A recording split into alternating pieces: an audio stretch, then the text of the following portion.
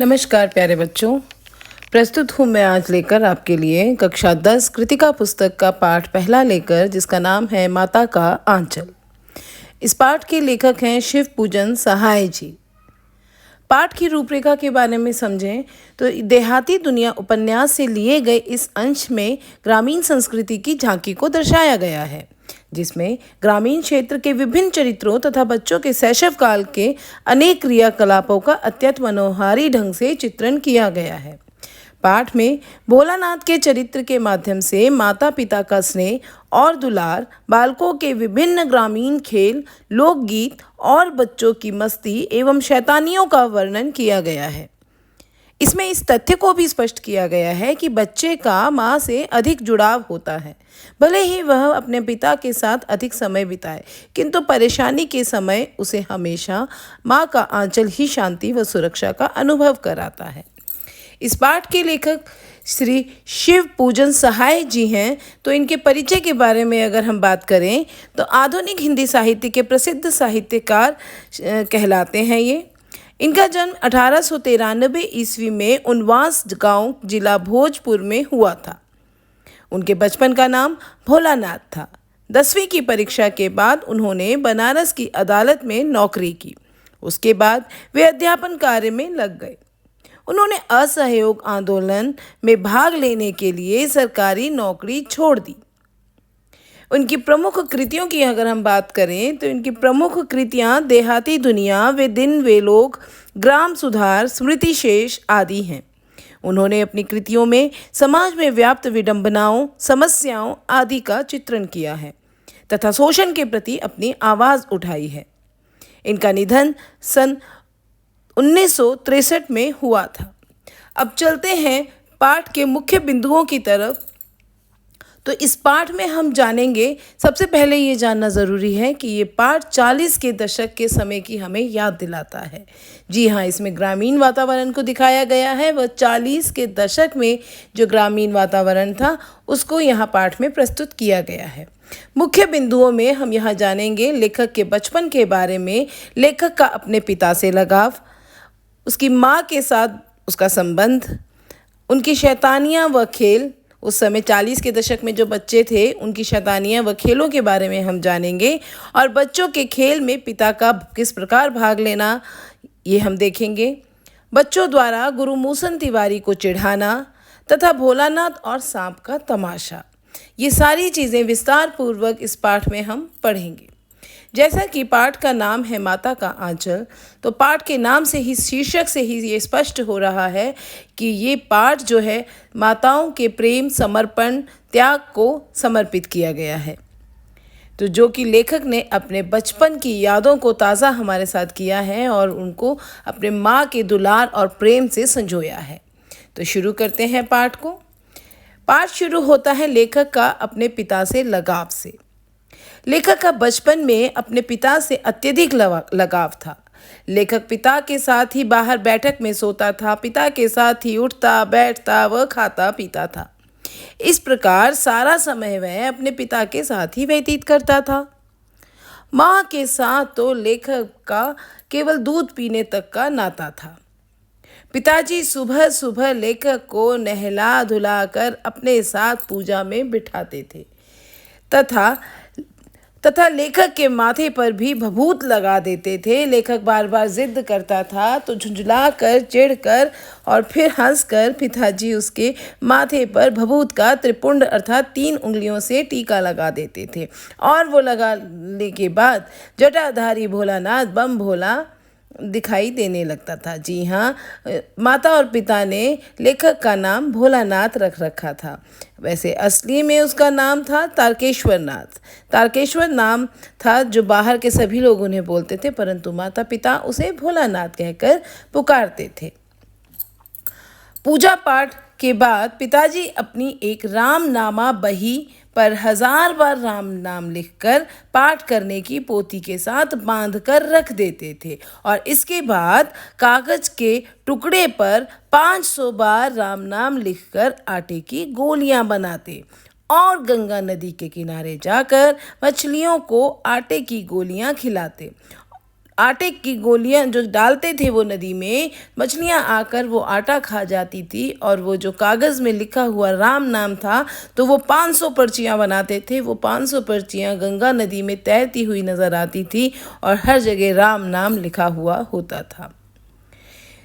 तो इसके बाद आगे बढ़ते हुए गोलियां तो वो मछलियां खा जाती थी और लौटते समय पेड़ की डालियों पर झूला झुलाते हुए भोलानाथ को लेकर आते थे। जी हाँ, गंगा नदी पर भोलानाथ भी अपने पिताजी के साथ जाते थे।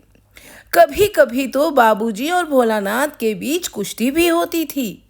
पिताजी पीठ के बल पर लेट जाते और भोलानाथ उनकी छाती पे चढ़कर उनकी लंबी लंबी मूछें उखाड़ने लगता। तो पिताजी हंसते हंसते उसके हाथों को मूछों से छुड़ाकर उन्हें चूम लेते। भोलानाथ के पिताजी उसे अपने हाथ से फूल के एक कटोरे में दूध और भात मिलाकर खिलाते थे, परंतु माता को ऐसा लगता था कि मर्द लोग नहीं जानते कि बच्चे का पेट कैसे भरा जाता है। जब तक वो अपने हाथों से भोलानाथ को खाना नहीं खिलाती थी, तब तक माँ के दिल को तसल्ली नहीं मिलती थी। अब माँ के साथ भोलानाथ का संबंध कैसा था, ये जानते हैं। जब भोलानाथ का पेट भर जाता पिताजी के खाना खिलाने पर, पिताजी छोटे छोटे निवाले उसको खिलाते थे और कई बार खाने की वजह से भोलानाथ को ऐसा लगता कि उसका पेट अब भर चुका है।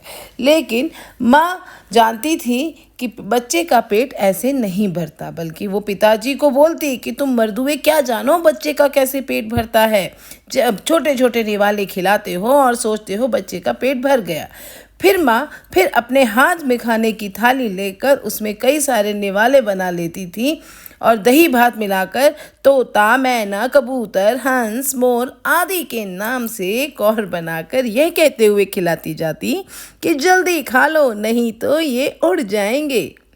भोलानाथ की माँ उसे अचानक पकड़ लेती और एक चुल्लू कड़वा तेल उसके सिर पर डाल देती तथा जब तक उसके सिर पे कड़वा तेल अच्छी तरह से नहीं लग जाता, उसकी नाभि पर तेल नहीं लग जाता, उसके माथे पर अच्छी तरह से तेल लगाने के बाद उसके बालों की चोटी गूंथ देती थी और रंगीन कुर्ता और टोपी पहनाकर खूब खासा कन्हैया उसे बना देती थी। तो इस प्रकार माँ का बच्चे को खाना खिलाना और बच्चे को अपने हाथों से तैयार करना, उसके सर में तेल लगाना और उसके बालों को चोटी से गूंथना, ये सारी क्रिया जब होती थी तो भोलानाथ सुपक सुपक कर रोता था कि माँ मुझे कैसे भी छोड़ दे और मैं जाकर अपने साथियों के साथ खेलूं। लेकिन माँ भी तब तक नहीं छोड़ती थी जब तक वो पूरी तरह से उसको तैयार ना कर दे, उसको खासा कन्हैया ना बना दे। तो इसके बाद जैसे ही वो तैयार हो जाता था, वो तुरंत पिताजी की गोद में चढ़कर सुपकते हुए बाहर चला जाता और बाहर अपने साथियों को देखकर रोना धोना सब भूल जाता था और तुरंत पिताजी की गोद से उतरकर अपने साथियों के साथ मिल जाता था। तो अब जानते हैं बच्चों की शैतानियाँ और खेल।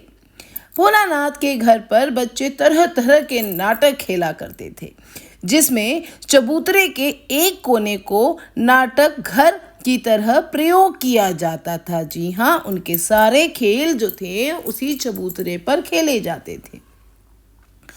तो पहला खेल था कि बाबूजी की नहाने की छोटी चौकी को वो रंगमंच बनाया करते और उसी पर मिठाइयों की दुकान, चिलम के खींचे पर कपड़े के थाले में ढेले के लड्डू, पत्तों की पूरी कचौरी और गीली मिट्टी की जलेबियां, फूटे घड़े के टुकड़ों के बताशे आदि मिठाइयां रंगमंच पर सजाई जाती और उसमें दुकानदार और खरीदार सभी बच्चे ही होते थे।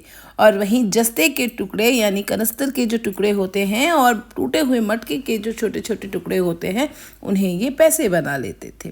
थोड़ी देर में मिठाई की दुकान हटाकर बच्चे घरौंदा बना लेते, क्योंकि बीच में जब पिताजी आ जाते मिठाई खरीदने तो बच्चे हंस कर शर्मा कर सब उथल पुथल कर वहाँ से भाग निकलते और अपना दूसरा खेल शुरू करते, घरौंदा बनाने का। घरौंदा बनाते समय वह धूल की मेड़ दीवार बनती और तिनकों का छप्पर दातुन के खंबे से दिया सिलाई की पेटियों की किवाड़ और इसी प्रकार के अन्य सामानों से बच्चे ज्योनार तैयार करते। ज्योनार मतलब भोजन तैयार करते और उन्हीं बच्चों में से कुछ ज्योनार करवाने वाले होते और कुछ ज्योनार खाने वाले होते। तो ऐसा करते समय जब ज्योनार खाने की पंक्ति बैठ जाती, यानी बच्चे खाने के लिए बैठ जाते, तब बाबूजी भी धीरे से आकर जीमने के लिए बैठ जाते, भोजन करने के लिए बैठ जाते। उनको बैठते देखते ही जो बच्चे थे वो हंसते और घरौंदा बिगाड़ कर फिर से भाग जाते। कभी कभी बच्चे बारात का भी जुलूस निकालते थे। जी हाँ, एक तीसरे प्रकार का खेल था जिसमें वो बारात का जुलूस निकालते थे। चबूतरे के एक कोने से बारात दूसरे कोने पर जाती थी और उसमें उनका वाद्य यंत्र भी होते थे। जी हाँ, कनस्तर का तंबूरा बजता, आम की गुठली को घिसकर शहनाई बजाई जाती और चूहेदानी को पालकी बनाया जाता था। बारात के लौट आने पर बाबूजी जैसे ही दुल्हन का मुख निहारने लगते, वैसे ही बच्चे शर्मा कर भाग जाते।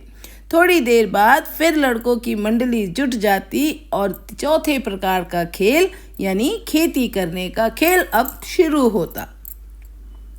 खेती करने के लिए खेत में चबूतरा ही खेत बन जाता था, यानी सारे खेल उसी चबूतरे पर होते थे। अब जब खेती करने का खेल खेला जाता तो वो चबूतरा ही उनका खेत बनता था और सिंचाई का जुगाड़ किया जाता था। 2 बच्चे बैल बनकर मोट यानी चमड़े का बना हुआ थैला खींचते थे ताकि जो लगे कि वो बैल बने हुए हैं और वो पीछे से हल चला रहे हैं। कंकड़ों के बीज बोए जाते थे और थोड़ी ही देर में फसल तैयार करके काट दी जाती थी और इसी बीच जब फसल तोली जा रही होती थी तो बाबूजी का आकर पूछने पर कि इस साल की खेती कैसी हुई भोलानाथ, इस प्रश्न पर बच्चे खेत खलियान छोड़कर हंसते हुए फिर हमेशा की तरह भाग लेते। तो इस प्रकार बच्चे अनेक प्रकार के खेल खेलते। उस समय बच्चों के पास मोबाइल नहीं होते थे, इसीलिए अनेक प्रकार के खेल वो बाहर जाकर अपने मंडली के साथ ही खेला करते थे और पिताजी भी बीच बीच में उनके खेल का हिस्सा ज़रूर बन जाते थे। तो खेती के खेल में भी बीच में आकर बाबूजी पूछते कि इस साल की खेती कैसी हुई भोलानाथ। तो इस प्रकार बच्चों के खेल थे जो अनेक प्रकार तरह से खेले जाते थे। इसके बाद आगे बच्चों की अनेक शैतानियाँ थी। जब एक जैसे मंडली के लोग बच्चे मिल जाते हैं तो वो अनेक प्रकार की मस्ती करते हैं, शैतानियाँ करते हैं। इसी को तो उनका बचपन कहा जाता है। एक दिन बच्चे आम खाने जब बाग में जाते हैं तभी जोर से बारिश होने लगती है, वो बिजली कौंधने लगती है। बच्चे किसी तरह पेड़ों से चिपक कर अपनी जान बचाते हैं। बच्चों ने सोचा आंधी आ रही है, ज़रूर आम के बाग में आम के पेड़ से आम गिरेंगे। तुरंत बच्चे वहाँ पहुँच जाते हैं और आम बीनने की कोशिश करते हैं, लेकिन वहाँ पहुँचते ही बिजली कौंधने लगती है, तेज़ बारिश होने लगती है। तो बच्चे अपने आप को बारिश से बचाने के लिए पेड़ों से चिपक कर अपनी जान बचाने लगते हैं। थोड़ी देर बाद बारिश के रुकते ही बाग में बहुत सारे बिच्छू दिखाई देते हैं, जिन्हें देखकर डर से बच्चे वहाँ से भागने लगते हैं। तभी रास्ते में उन्हें मूसन तिवारी मिल जाते हैं। उनमें से एक बहुत शैतान बच्चा था जिसका नाम था बैजू। तो बैजू बहुत ही ढीठ था। वह उन्हें देखकर चिढ़ाने लगता है, कहता है बुढ़वा बेईमान मांगे करेला का चोखा, बुढ़वा बेईमान मांगे करेला का चोखा। और सिर्फ बैजू ही नहीं, उसको देखकर बाकी सारे बच्चे भी उसके सुर में सुर मिलाने लग जाते हैं और जोर जोर से चिल्लाने लगते हैं। वैसे मूसन तिवारी शायद उन्हें छोड़ देता, उन्हें कुछ नहीं कहता बच्चा समझकर, लेकिन जब वो उसके जिसका बाग है उसी को इस तरह से चिढ़ाने लग जाते हैं तो मूसन तिवारी उन्हें खदेड़ कर उनके पीछे भागते हैं।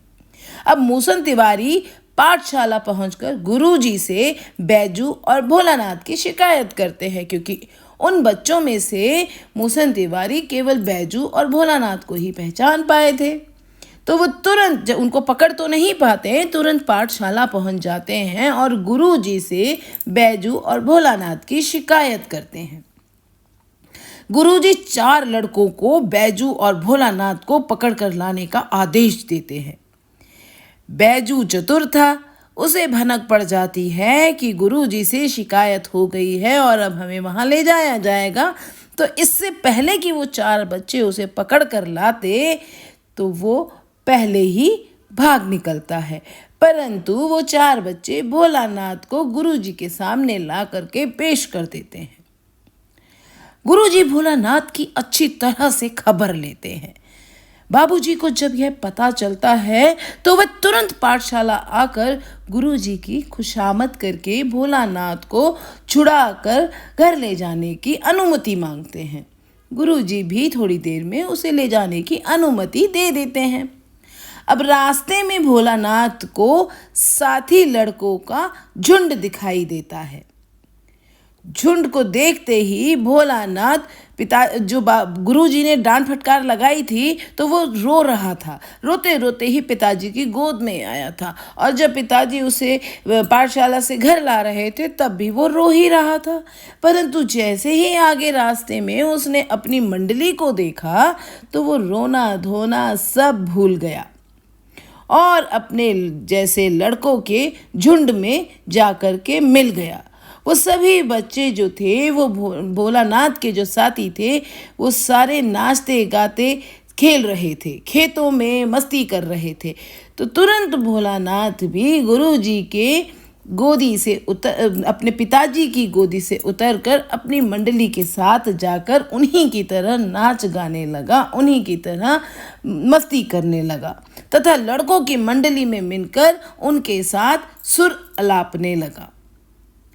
उसके बाद अब कुछ देर पहले ही बारिश हुई थी तो जगह जगह पानी भरा हुआ था। वहीं एक टीले पर चूहे का बिल था। तो बच्चे टीले पर जाकर चूहों के बिल में जो पानी भर गया था उसे निकाल निकाल कर नीचे फेंकने लगे, उस बिल को खाली करने लगे।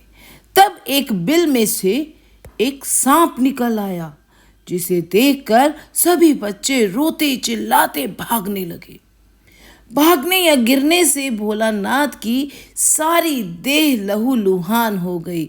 बच्चे सांप को देखकर इतना अधिक घबरा गए थे कि उन्हें ये भी नहीं पता चल रहा था। बेसुध होकर वो अपने घर की ओर दौड़े चले जा रहे थे। ये कहीं कांटों पे गिरते, कहीं पत्थर पैर में चिपते, कहीं कांटे पैर में चुभ रहे थे और सारा शरीर जो था वो लहूलुहान हो रहा था। वह दौड़ता हुआ, सभी बच्चे दौड़ते हुए अपने घर गए और ऐसे ही भोलानाथ भी दौड़ता हुआ आया और घर में घुस गया। वहीं बैठक में बाबूजी बैठे हुए थे। उन्होंने भोलानाथ को देखकर उसे आवाज़ लगाई, लेकिन रोते हुए भोलानाथ ने बाबूजी की आवाज़ तक नहीं सुनी और आगे दौड़ता हुआ अंदर चला गया और अपनी माँ के आंचल में जाकर के छिप गया। अपने पिता की आवाज़ को उसने अनसुनी किया और माँ के पास आकर के उनके आंचल में जाकर के छिप गया। भोलानाथ को डर से कांपते देखकर माँ जोर से रोने लगी और सब काम छोड़कर झटपट जल्दी हल्दी पीसकर भोलानाथ के घाव पर लगाने लगी। बच्चे को रोता देखकर, सुपकता देखकर उसके होंठ थर-थर कांप रहे थे और वो कुछ बोल नहीं पा रहा था। माँ बेचैन थी कि मेरे लाल को, मेरे बच्चे को क्या हो गया है, ये क्यों रो रहा है। बार बार उसके हाथ पैर को देख रही, उस वहाँ से निकलते हुए लहू को देख रही थी और माँ भी बच्चे से ज़्यादा बेचैन हो रही थी।